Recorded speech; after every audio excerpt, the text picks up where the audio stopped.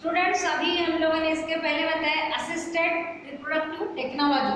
वो assisted reproductive technology बहुत तरह की है, उसमें से कुछ हमारे सिलेबस में दिया है। जैसे दवाइयों के माध्यम से भी मदद कर सकते हैं। इनफर्टिलिटी के लिए अलग अलग तरह की ट्रीटमेंट की जा सकती है। तो ट्रीटमेंट से अपने आप ही ठीक होके, प्रॉब्लम्स ठीक होके बच्चा पैदा करने के लिए उन्हीं लोग सक्षम हो जाते हैं, पेरेंट्स, मेडिकल ट्रीटमेंट के साथ। लेकिन उसके साथ ना हो सके तो आर्टिफिशियली कुछ फर्टिलाइजेशन की टेक्निक्स करते हैं। उसमें से एक है IVF। इसका मतलब होता है in vitro fertilisation. Vitro means body के बाहर, विवो मीन्स बॉडी के अंदर। मतलब फर्टिलाइजेशन तो होगा लेकिन बाहर, और बाद में फिर उनका मदर के यूटेरस में वो बच्चा डाल दिया जाता है। बच्चा नहीं, उसके पहले अलग अलग स्टेज में डाला जाता है, वो बाद में हम लोग देख लेते हैं। तो fertilisation means meeting of ovum and sperm outside the mother's body in laboratory, that is called IVF means in vitro fertilization। यहाँ पे यप का मतलब फर्टिलाइजेशन है, कहीं पे यप का मतलब फैलोपियन ट्यूबर, वो आप लोग देखोगे, इसलिए वो लॉन्ग फॉर्म सबके याद कर लेना, वो मल्टीपल चॉइस के लिए और 1 मार्क क्वेश्चन के लिए इंपॉर्टेंट है। तो देखो, जिसको टेस्ट ट्यूब में भी आपने सुना है, टेस्ट ट्यूब में भी it is one of the example of in vitro fertilisation. तो उसमें भी अलग अलग मेथड होते हैं। GIFT means zygote intra fallopian tube. यहाँ पे यप का मतलब फैलोपियन है, समझ रहे? Zygote intra fallopian transfer, tube नहीं है, क्या है? ट्रांसफर। तो देखो, जाइगोट मतलब आफ्टर फर्टिलाइजेशन। फर्टिलाइजेशन कहाँ पे होगा? लेबोरेटरी में। शुरू में टेस्ट ट्यूब में किया था करके वो टेस्ट ट्यूब बोलते हैं, फनेल में भी कर सकते हैं, बाद में कंटेनर बदल सकता है।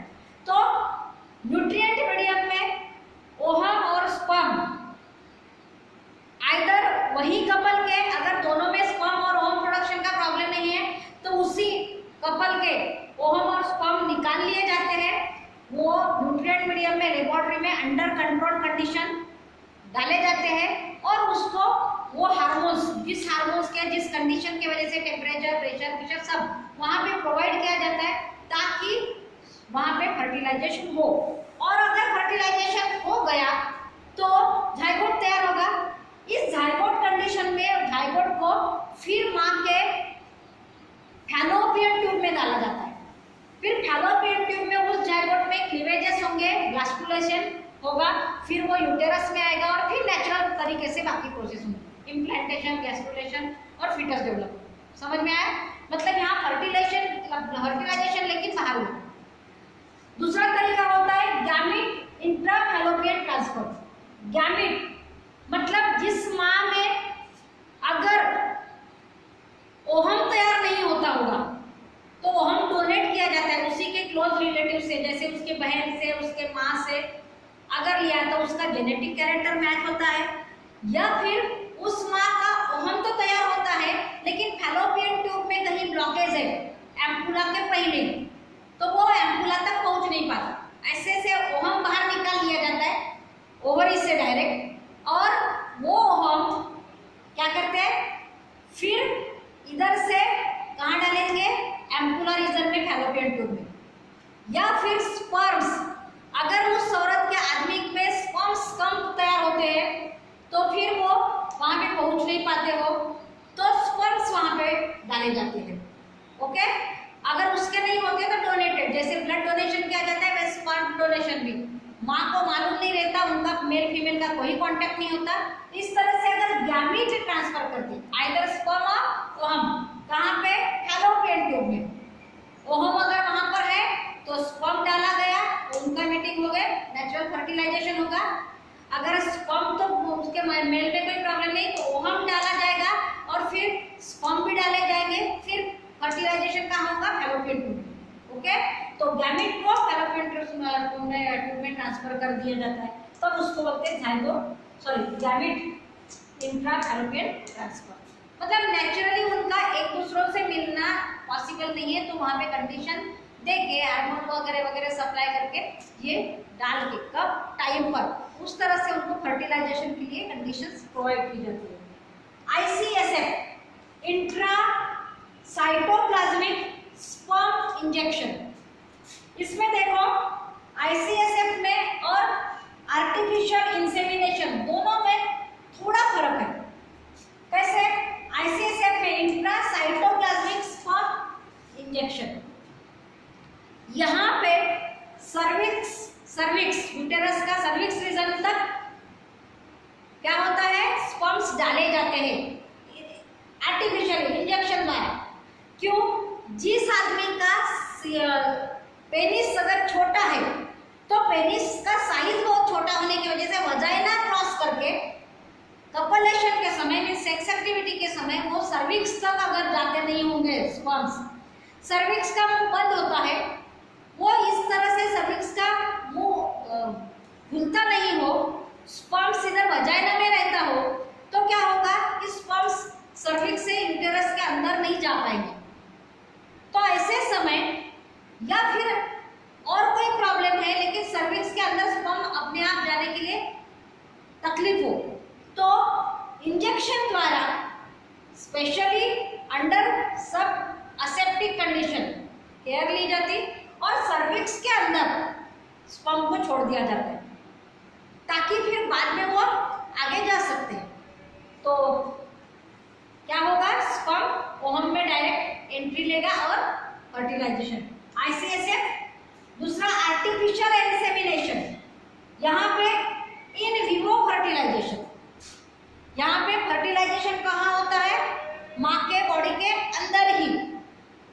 खाली स्पर्म का प्रॉब्लम, जैसे उस आदमी को स्पर्म्स कम है, लाखों स्पर्म में से एक दो आगे पहुंचते हैं या फिर कुछ 10-5 ओवम तक पहुंचते हैं, उसमें से एक ओवम के अंदर जाता है, लेकिन पहले स्पर्म की संख्या कम हो, उसकी मोटिलिटी कम हो, उनकी जिंदा रहने की कैपेसिटी कम हो, तो क्या होगा कि ओवम तक स्पर्म पहुंचने के पहले इतने कम संख्या में है और वो उसमें से आधे थक गए, आधे मर गए, आधे वहां तक नहीं पहुंच पाए, तब तक एनर्जी उनकी खत्म हो गई, रास्ते में कुछ अड़ता है या फिर स्पर्म का काउंट कम है कि इतने कम स्पर्म है, उसमें से अगर सभी पावरफुल नहीं है, एक भी पावरफुल है तो पहुंचेगा, लेकिन चांसेस कम हो जाते हैं फर्टिलाइजेशन के।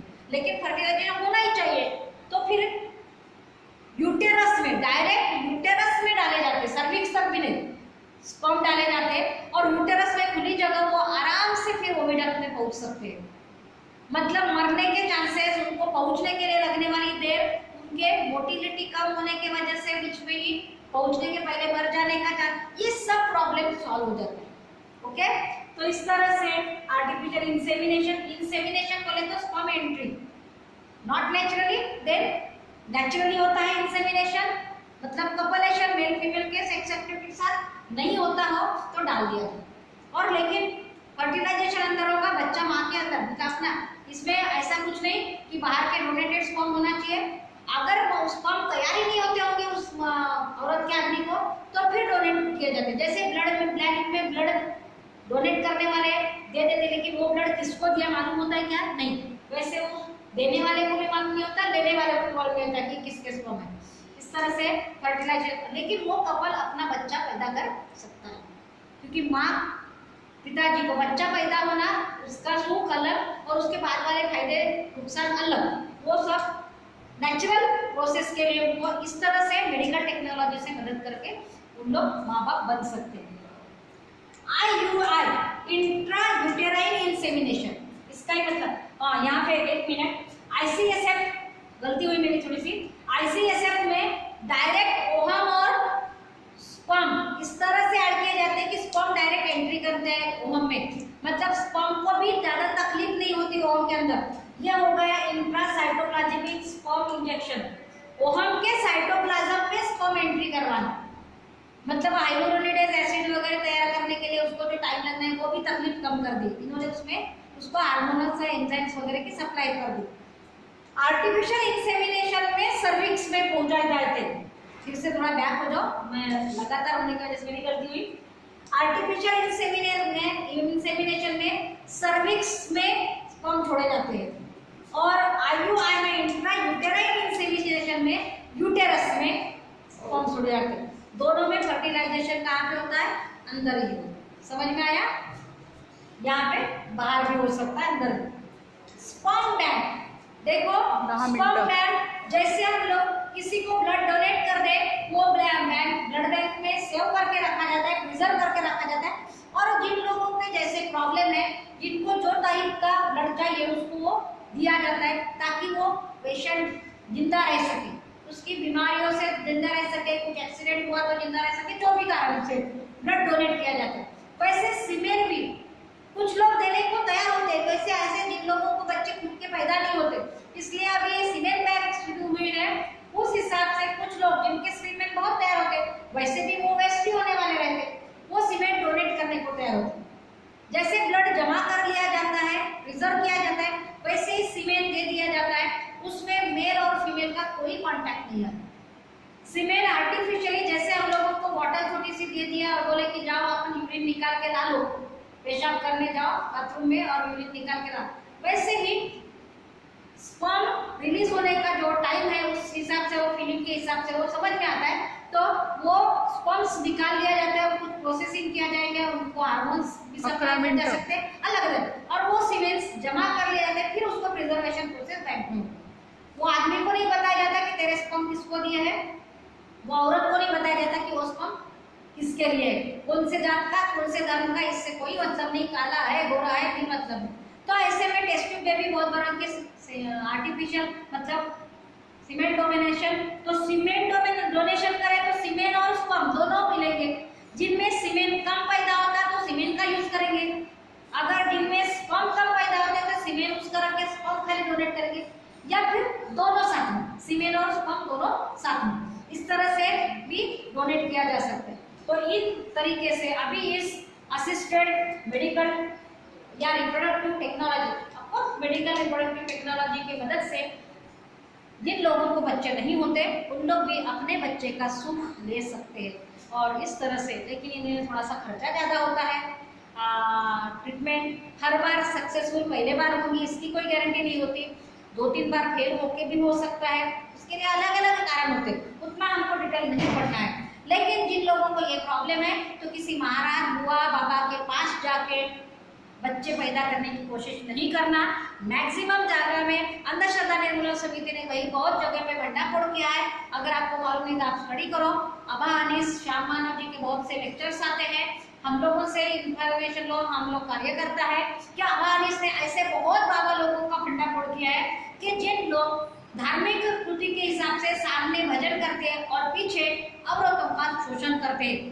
देखो आप लोग राम रहीम, आसाराम बापू, 13 मिनट, ऐसे बहुत से महाराज लोगों के नाम आए हैं। आप लोग इनकी स्टडी करेंगे, यूट्यूब पे गूगल पे चेक करो तो ऐसे बहुत से मालूम होंगे कि इन लोगों ने औरतों का शोषण करके उन लोगों को अपने बच्चे दिए, किस तरह से उसकी बहुत सारी हिस्ट्री रहती है। उससे अच्छा ये मेथड ठीक है, ओके, क्योंकि वहाँ पे खाली बच्चा देते नहीं, बाद में कई बार उनके ऊपर बलात्कार होता है, उसमें ब्लैकमेलिंग भी होती है।